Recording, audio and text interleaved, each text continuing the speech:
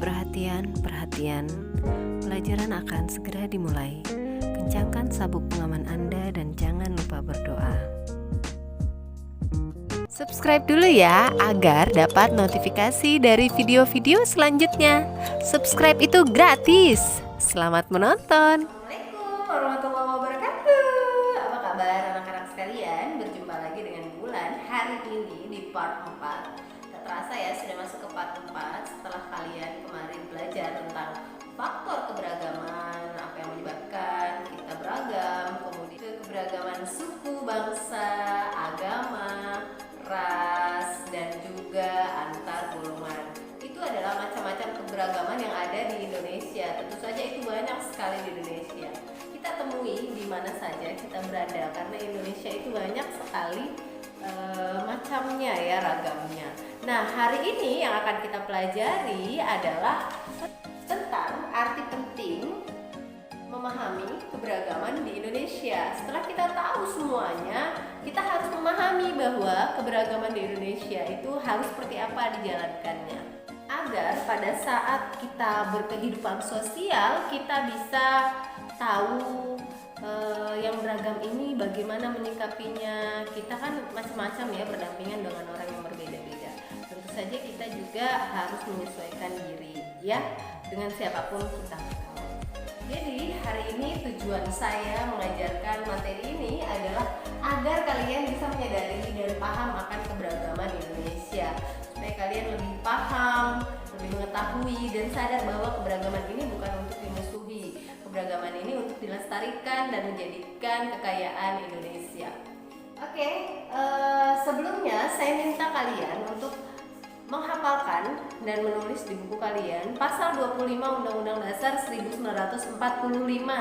Apa isinya? Kemudian di voice message dikirim ke GCR masing-masing. Pasal 25 Undang-Undang Dasar 1945 ini yang berhubungan dengan keberagaman Indonesia. Dasar di dalam keberagaman Indonesia yang seperti kalian pelajari sebelumnya di video ini, yaitu ada 5 ya. Kalau yang kemarin faktor keberagaman, nah yang kita pelajari, kita ambil kesimpulan atau garis besarnya, yaitu tentang kewilayahan dan kesosialan. Jadi wilayah itu yang seperti kemarin ada yang kepulauan, kemudian ada yang tinggal di gunung, ada yang tinggal di laut, ya itu namanya kewilayahan. Kalau sosial yang seperti adat istiadat yang berbeda satu dengan yang lainnya. Mereka mengembangkan diri mereka dengan lingkungan mereka sehingga membentuk adat istiadat masing-masing.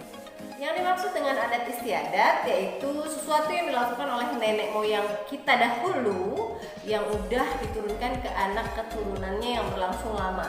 Adat istiadat itu pasti lama ya. Adat istiadat itu sudah dilakukan berulang-ulang dan sudah lama. Kemudian berdasarkan ini tadi kewilayahan yang macam-macam, pisah-pisah, kemudian nanti menjadi berbeda-beda antara orang pulau satu dengan pulau satu, suku satu dengan suku satu.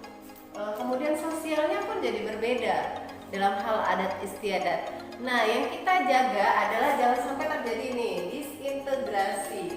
Dalam bahasa Indonesia artinya perpecahan. Ya, gimana caranya kita untuk Indonesia yang segini luas, Indonesia yang segini banyaknya, macam-macam suku. Jadi dari sekian banyak suku yang ada di Indonesia, kita punya satu semboyan. Apakah itu? Ya, benar. Bhinneka Tunggal Ika. Mungkin kalian dari SD udah tahu banget ya. Bhinneka Tunggal Ika. Wah, udah paham banget dia. Apa itu Bhinneka Tunggal Ika? Pasti kalian akan menjawab berbeda-beda tapi tetap satu jua. Inti dari kata-kata ini tidak hanya dihafalkan atau dipahami artinya saja, tetapi Bhinneka Tunggal Ika itu betul-betul dilaksanakan di dalam kehidupan sehari-hari. Oke, Bhinneka Tunggal Ika itu berasal dari sejarahnya dulu, dari kitab yang ditulis oleh seorang empu, Pu Tantular, di dalam kitab Sutasoma tahun abad ke-14. Jadi waktu tahun 1400-an ya ini muncul. Jadi Pu Tantular ini membuat sebuah kitab, di dalamnya terdapat tulisan Bhinneka Tunggal Ika. Ya. Kemudian kalian bisa cari nanti kata-kata lengkapnya dari Bhinneka Tunggal Ika apa? Ya. Jadi kata-kata terakhir, Bhinneka Tunggal Ika, kata kitab Sutasoma itu apa? Sebelumnya Bhinneka Tunggal Ika itu ada 2 kalimat lagi. Ya, silakan dicari ya.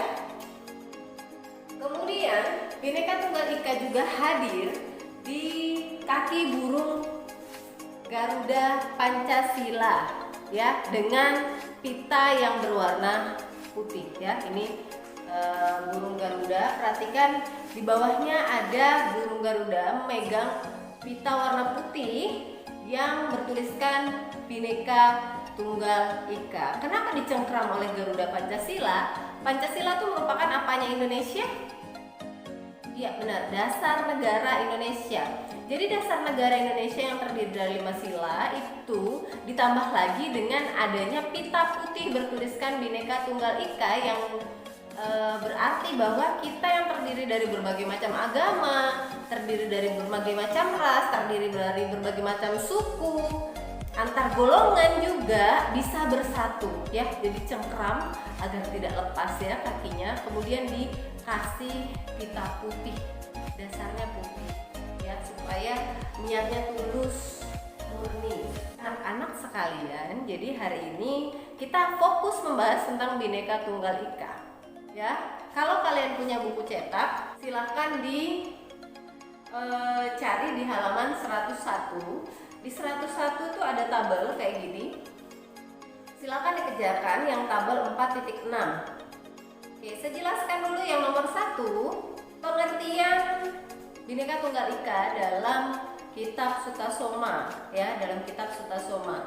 Itu nomor 1 artinya, jadi ada yang tadi saya bilang Bhinneka Tunggal Ika itu terdiri dari 3 kalimat. Silakan dicek artinya apa ya, itu berdasarkan kitab Sutasoma. Yang nomor 2, artian Bhinneka Tunggal Ika di dalam burung Garuda yang di pita putihnya. Jadi silakan diartikan apa arti Bhinneka Tunggal Ika yang ada di pita putih yang dicengkram oleh burung Garuda Pancasila. Jadi yang nomor 2 gitu. Yang nomor 3, Bhinneka Tunggal Ika menurut pendapat kamu ya, menurut pendapat kalian apa arti Bhinneka Tunggal Ika ya.